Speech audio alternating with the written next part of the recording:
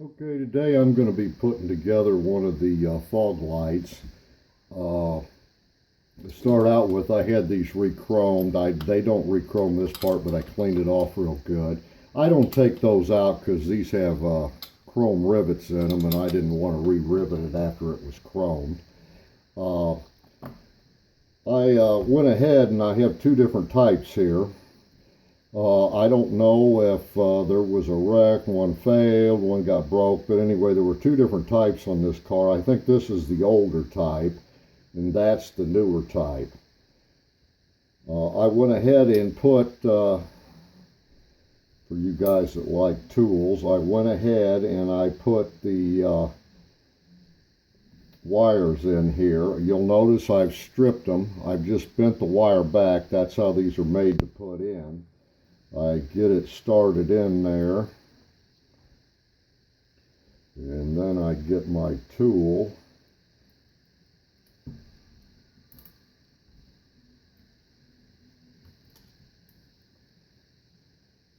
oh my gosh, then I can start pressing it in there, just like that.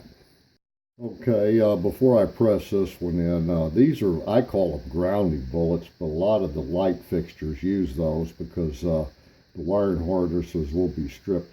That one went in there quite nicely. I didn't even have to use the tool. I'm going to get that and I'm going to tape that up, and I use a Scotch 3M Super 88 vinyl tape. I get this at Lowe's or Home Depot, someplace, whatever a hardware store close to you is. Okay, I'm taking the tape here and I'm keeping these wires straight, and I'm going around them. See, I've got them nice and flat because they got to fit through the pipe that comes out of the bottom of the mounting. So I'm going around here just like that. And when I get to the end,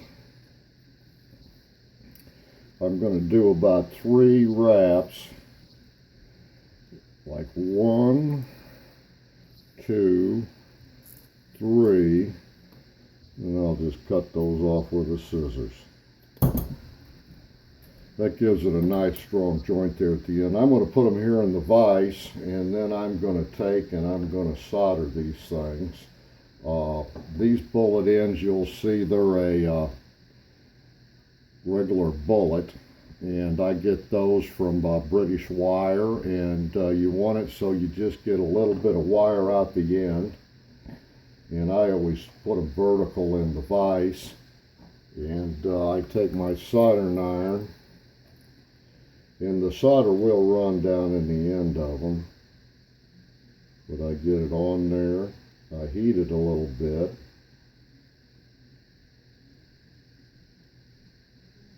Okay, now it's going down in there.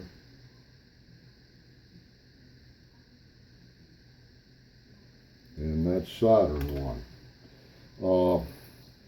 I use a resin core 6040 electrical solder, and I use a fairly thin grade of it. They come in different thicknesses, but anyway, I'll go ahead and get the rest of these soldered out. Okay, I'm going to turn my fan on here. I hope I can hear you. But I put some heat shrink on the end of these, and I'm going to shrink it around them. I'm going to shrink a little bit and flip it down where it's right on the end, and then finish the heat shrink. Once again, I'll get it started, slip it right down on the end, then finish the heat shrink.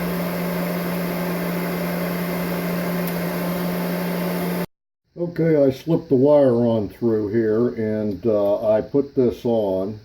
It is keyed, so it only goes on in one direction, and then it twists.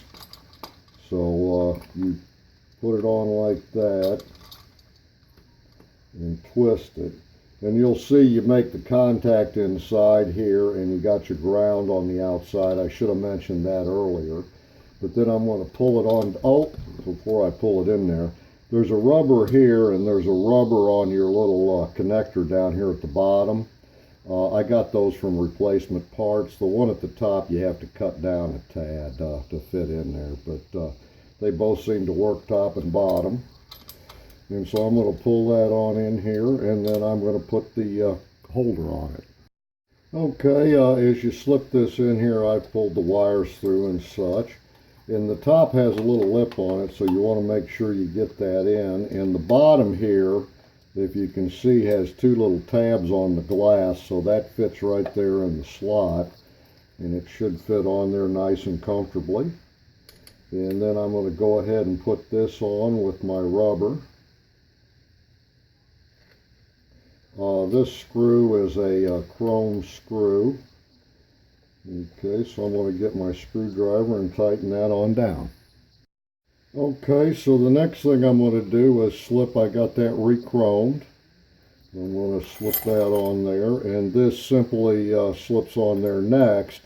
But what I do is I took some back to black, and I hate it because when you put this on there, there's a gap between that and the fender fairing.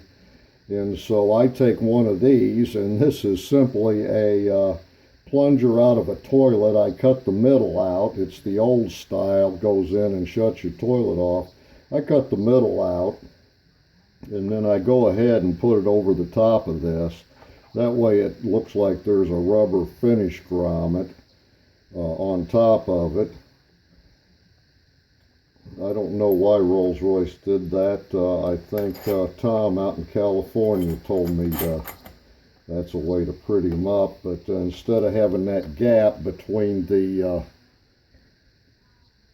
fairing, you'll have a nice piece of rubber in there, and that back to black makes it nice and shiny. So that's ready to put back on the car.